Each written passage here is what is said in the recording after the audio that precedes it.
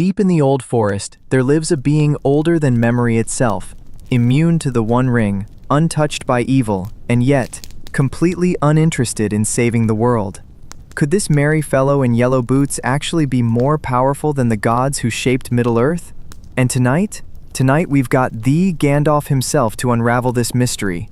So grab something warm, settle in close, and let's dive into one of Tolkien's greatest enigmas. Oh, and before Gandalf begins, if you love these deep dives into Middle-earth, smash that like button, drop your theories in the comments, and subscribe so you don't miss our next conversation. Now, Gandalf, the floor is yours. Thank you, my young friend. You know, in all my long years wandering Middle-earth, few questions have vexed scholars, elves, and curious minds quite like this one. Is Tom Bombadil more powerful than the Valar? Sit closer to the fire. This is not a tale of simple answers. Let me begin with Tom Bombadil himself, for those of you who may only have heard whispers of this peculiar fellow. Picture, if you will, a jolly man with a bright blue jacket, yellow boots, and a feather in his cap, singing nonsense songs as he wanders through the old forest. Doesn't sound very intimidating, does he? And yet, there is something about Tom that should make even the wisest pause. Tom calls himself eldest. Not old, not ancient. Eldest. He claims he remembers the first raindrop, the first acorn. He knew the darkness under the stars before the Dark Lord came from outside. Think about what that means, my friends. Before Morgoth, the first Dark Lord, the most powerful of all the Valar, entered Arda, Tom was already there, waiting. Now the Valar, where do I even begin? The Valar are the powers of Arda, the mightiest of the Ainur who entered the world to shape it according to Eru Ilúvatar's design. There are 14 of them. Well, were 15 before Melkor fell and became Morgoth. A rather unfortunate career change, that one. These are beings of immense power. The Valar didn't just live in the world, my friends. They made it. They sang it into existence through the great music, the Ainur. Every mountain, every river, every living thing owes its form to their song. Can you imagine that? The power to literally sing reality into being. Now here's where our puzzle grows interesting. During the War of the Ring, when we held the Council of Elrond. You should have been there. Someone suggested that we give the One Ring to Tom Bombadil. The ring that corrupted kings, enslaved wizards, and bent even the strongest wills to darkness. Perhaps Tom could simply keep it safe. I had to speak against this idea, though it pained me to do so. Not because Tom lacked power, oh no, but because Tom simply wouldn't care about the ring. You see, when Frodo wore the ring in Tom's house, he didn't vanish. The ring, which bends all mortal wills, which even I dared not touch, had no power over Tom Bombadil whatsoever. When Tom held the ring, he could see Frodo clearly, even when the Hobbit wore it. He even put it on himself, and nothing happened. He didn't disappear. He didn't feel its call. He made it vanish and reappear like a party trick, then handed it back to Frodo without a second thought. Do you understand what that means? The ring that contained a portion of Sauron's own power, forged by a Maya in the fires of Mount Doom, was nothing more than a curious trinket to Tom Bombadil. But here's the thing that troubles the wise, and believe me, I've pondered this for many long years. Tom's power seems to be limited. He is master of wood, water, and hill within his borders, yes. In the old forest he commands the trees, the water, even the very air with his songs. Old Man Willow, a tree spirit strong enough to trap and nearly kill 4 hobbits, released them instantly at Tom's command. The Barrow-wights, ancient terrifying spirits that haunt the downs, fled at the sound of Tom's voice. Within his realm, Tom Bombadil appears to be, well, supreme. But he won't leave it. He refuses to pass beyond his borders. When the world was in its greatest peril, when all of Middle-earth stood on the brink of eternal darkness, Tom Bombadil stayed in the old forest singing his songs to Goldberry, utterly untroubled by our concerns. Now compare this to the Valar. They raised the entire island of Númenor from the depths of the sea, a land larger than any kingdom in Middle-earth. When Morgoth grew too dangerous, they broke his fortress of Utumno, chained him, and cast him into the void beyond the world. They reshaped continents. Tom Bombadil? Tom cannot be deceived because he has no desires to exploit. He cannot be harmed because, well, nothing seems able to touch him. And he cannot be fought because he simply won't engage.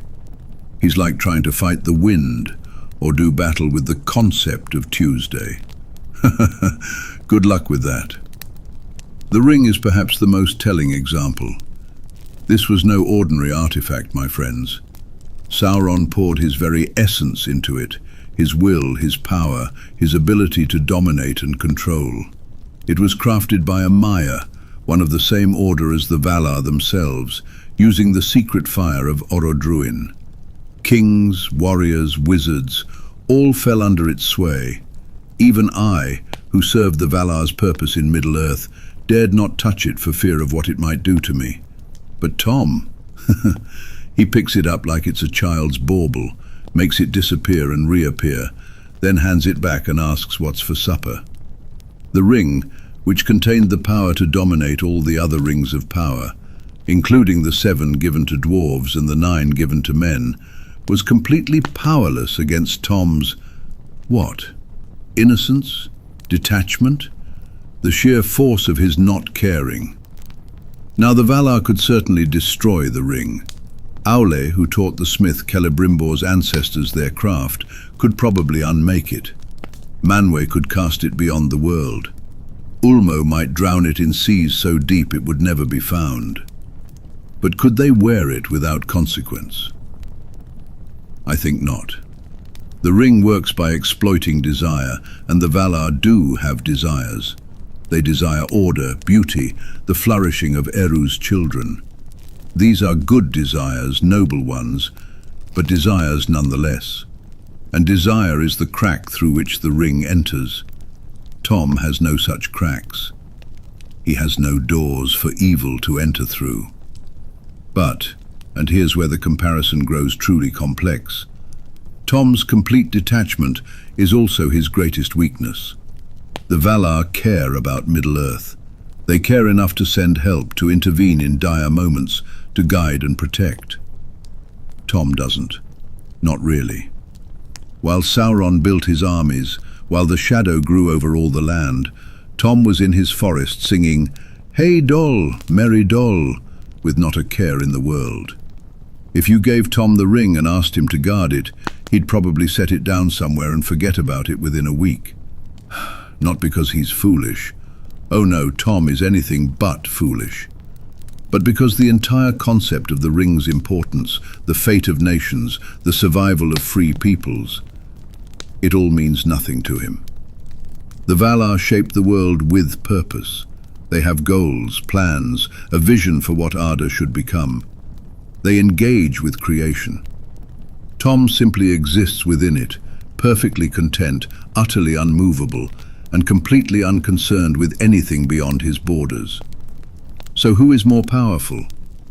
Well, that depends entirely on what you mean by powerful, doesn't it? If you mean raw ability to reshape reality, to craft and destroy, to move armies and alter geography, the Valar win, hands down. They are world builders, my friends, literal world builders. But if you mean the power to resist corruption, to remain utterly unaffected by evil, to be completely and totally free, Tom Bombadil stands alone. Even the Valar can fall. We saw it with Morgoth. Even the mightiest can be tempted, deceived, or harmed. But Tom? Evil slides off him like water off a duck's back. The greatest weapon ever forged was nothing but a curiosity to him. Perhaps the real answer lies in understanding that Tom and the Valar represent two entirely different kinds of power, and comparing them is like asking whether water is more powerful than fire. They simply are different. Let me share something with you that I've learned in my very long life wandering this world. True power isn't always about what you can do. It's sometimes about what you won't do. The Valar have the power to reshape continents, but they choose to let Middle-earth unfold largely on its own, intervening only when absolutely necessary. That restraint? That's a form of power too. And Tom has the power to simply not care about power at all. In a world where everyone, from the smallest hobbit to the mightiest Valar, struggles with desire, ambition, fear and hope, Tom Bombadil exists in perfect contentment. Do you know how rare that is? How powerful that actually is? I've known elves who've lived for thousands of years, still carrying ancient griefs. I've walked among men who cannot find peace even in their short lives. I've seen dwarves consumed by gold lust and hobbits troubled by wanderlust. Everyone wants something, needs something, fears something. But Tom already has everything he needs. Goldberry, his forest, his songs. He is complete. Actually kind of beautiful and terrifying, both at the same time. Precisely.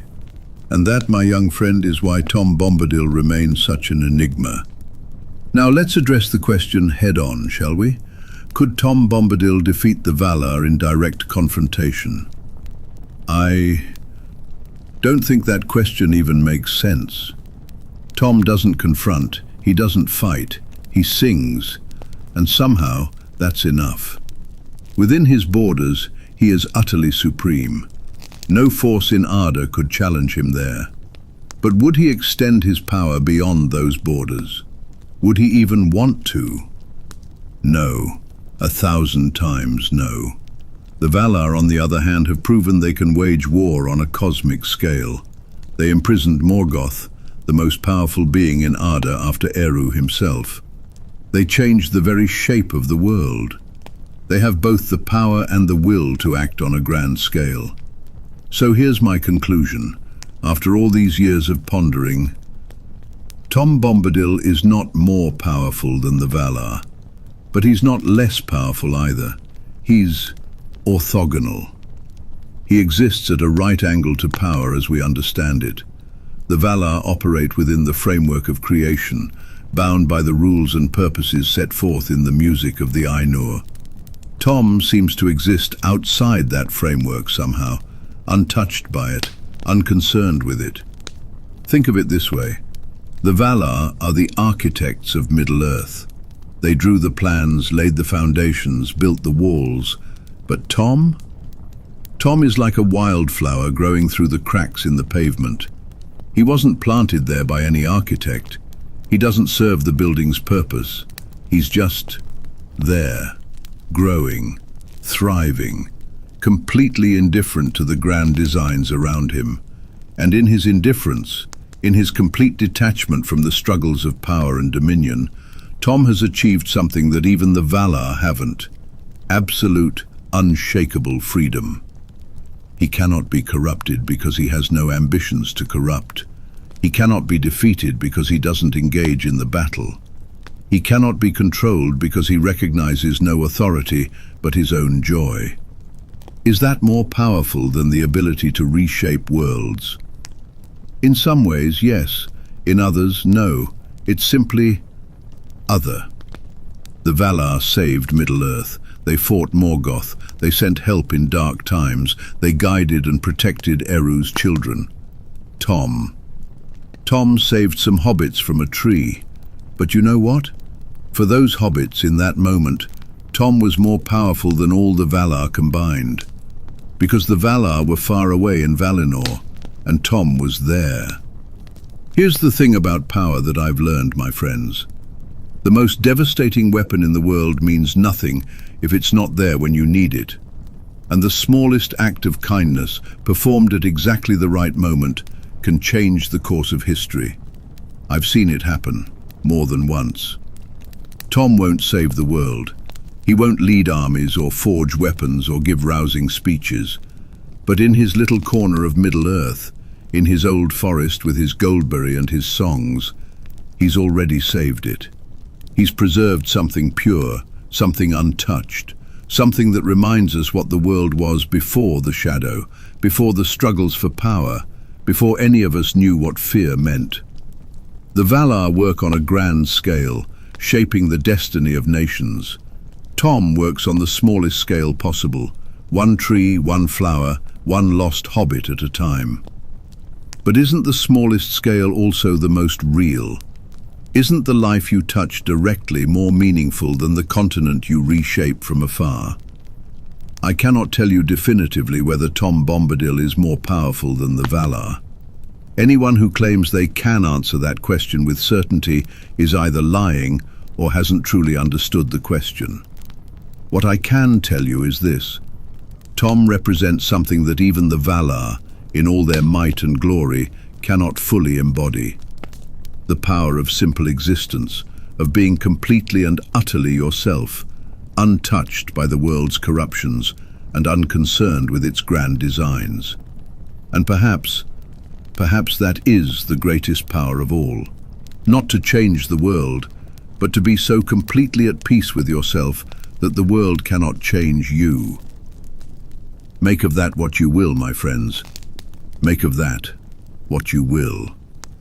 The fire grows low, and even old wizards grow weary. But before I let you go, remember this. In a world that constantly demands you be more, do more, want more, there is a strange and wonderful power in being content with exactly what you are. Wow, just wow. That was incredible, Gandalf. Thank you so much for sharing your wisdom with us. So there you have it, everyone. Is Tom Bombadil more powerful than the Valar? Maybe the answer is that he doesn't need to be. He's powerful in a way that transcends comparison, powerful in his freedom, his joy, his absolute refusal to be anything other than exactly what he is. And here's a question for you to ponder and discuss in the comments. If you could have the Valar's power to reshape the world, or Tom's power to be completely untouched by it, which would you choose? Until next time, may your journey through Middle-earth be filled with wonder, and may you find your own old forest where your heart can rest. If you enjoyed this deep dive into Tolkien's mysteries, make sure you like this video, subscribe to the channel,